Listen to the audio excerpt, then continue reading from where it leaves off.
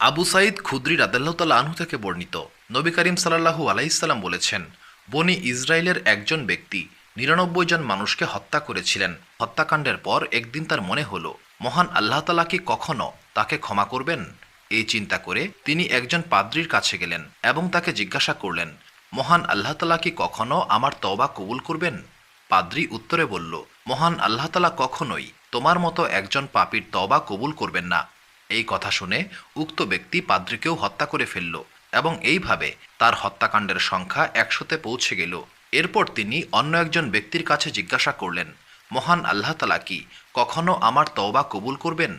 তখন সেই ব্যক্তি বললেন, তুমি অমুক স্থানে চলে যাও, সেখানে অনেক ভালো মানুষ বসবাস করেন, তারাই তোমার প্রশ্নের উত্তর দিতে সক্ষম হবেন।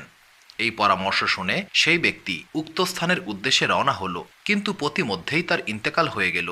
মৃত্যুর সময় তার বক্ষদেশ সেই ভালো মানুষের স্থানের দিকে ঘুরে গেল, অর্থাৎ তিনি তওবা করার ইচ্ছা নিয়ে সেই দিকে মুখ করেছিলেন। মৃত্যুর পর রহমত এবং আজাবের ফেরেশতারা তার রূহ নিয়ে ঝগড়া শুরু করল। রহমতের ফেরেশতারা বললেন, এই ব্যক্তি তওবা করার ইচ্ছা নিয়ে ভালো মানুষের উদ্দেশ্যে যাত্রা করেছিল, সে জান্নাতি হবে। অন্যদিকে আজাবের ফেরেশতারা বললেন, এই ব্যক্তি একজন গুনাহগার, সে জাহান্নামী। এমন সময় মহান আল্লাহ তাআলা সামনের ভূমিকে, অর্থাৎ যেখানে ভালো মানুষের বসবাস ছিল, সেই ভূমিকে আদেশ দিলেন, তুমি এই মৃত ব্যক্তির নিকটবর্তী হয়ে যাও।